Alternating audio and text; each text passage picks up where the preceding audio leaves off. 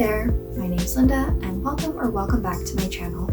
In this video, I'm going to be discussing how I've been maintaining my mental health each and every day during the COVID-19 pandemic. So if you want to learn how to survive and thrive during the pandemic, then this video is for you. The first thing I recommend for taking care of your mental health is adding structure to your day. For me, I had to transition from working from home as well as doing classes online. This created a lot of disorganization in my life because there was so much flexibility in when I could do all these different activities. There was a lot of chaos. How I create structure in my day now is by setting some goals for what I want to accomplish in the day. And I do this simply by writing a list in my smartphone's Notes app. And every time I complete the goal for the day, I check it off. These goals are usually related to getting work done, getting schoolwork done, getting my errands done. Another thing I do to add some structure to my day is by having a morning routine. My morning routine is pretty simple. I simply get up, wash up, and then have breakfast. Of course, there's some days when I don't really want to get out of bed. However, having the morning routine definitely motivates me and gives me something to look forward to. And I think adding this structure by setting goals and having the morning routine really helps develop some normalcy in my life.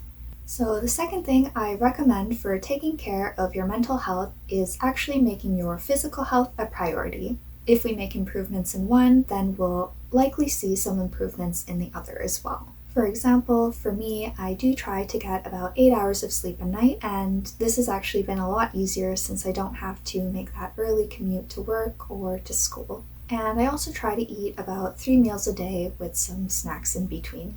I think it's also important to remember that we don't necessarily have to eat at specific times. For example, if it's 12 o'clock and I don't yet feel like having lunch because I'm not hungry, then I'll just wait an hour or two. And this is totally okay. I think it's not necessarily about sticking to a hard and fast meal time.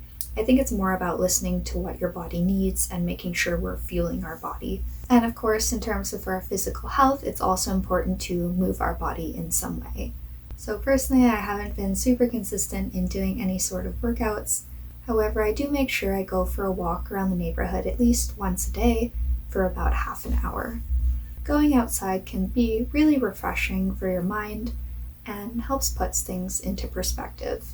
Of course, being out in nature can also help boost our mood. That's another reason why I really enjoy it. So the third thing for your mental health is to connect to others as well as connect to yourself. Of course, I try to stay connected with friends and loved ones through social media, texting, as well as meeting up in person when there's not too many restrictions in place. Of course, even if there's lockdown and restriction, do make sure you stay connected to people that you care about because they definitely play an important role in maintaining our well-being, making us feel like we belong, as well as adding that joy in our life. I think it's definitely important to connect with ourselves as well. For example, I might check in with how I'm thinking and how I'm feeling and how my body is doing. And then when I do that, I can kind of address if there's any issues that might be going on for me. I also find it helpful to write in my journal as well. And that's one way that I can reflect on how my day was and address any unresolved issues. There's a popular saying in psychology that goes, if you can name it, then you can tame it.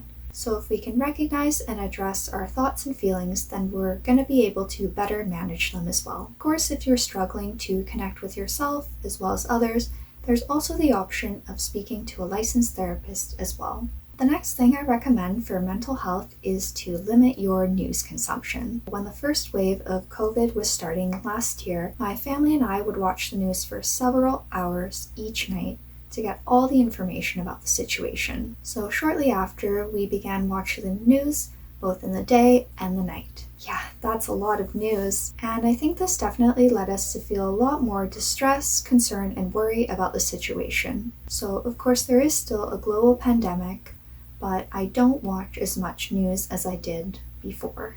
So of course I still stay up to date about local and global news, although I don't necessarily watch every single day. If this is a strategy that you haven't tried yet, then I definitely recommend it. So the last thing I recommend for your mental health is to make some time for fun or maybe even start a new hobby. So when I was a kid, I used to love going to the library to read books. and every summer there'd be a summer reading club that I would join. And I found this to be a lot of fun. So since the pandemic started, I was able to resume this hobby and read a ton of books. Of course, there's other hobbies you can try. There's so many different options, and there's definitely a hobby out there for everyone. Having a hobby definitely gives you something to look forward to, and I think that can make a real difference. Alright, so those are some ways that I've been caring for my mental health during the COVID-19 pandemic. Now I'd love to hear from you. What are some ways that you're caring for your mental health? And of course, everyone's a different person and different strategies work for different people. So if you have some other ideas that I haven't mentioned yet, please be sure to comment them down below. And if you find my content helpful, please be sure to subscribe for some more videos. I really appreciate it. Thanks so much for watching, take care, and I'll see you next time. Bye!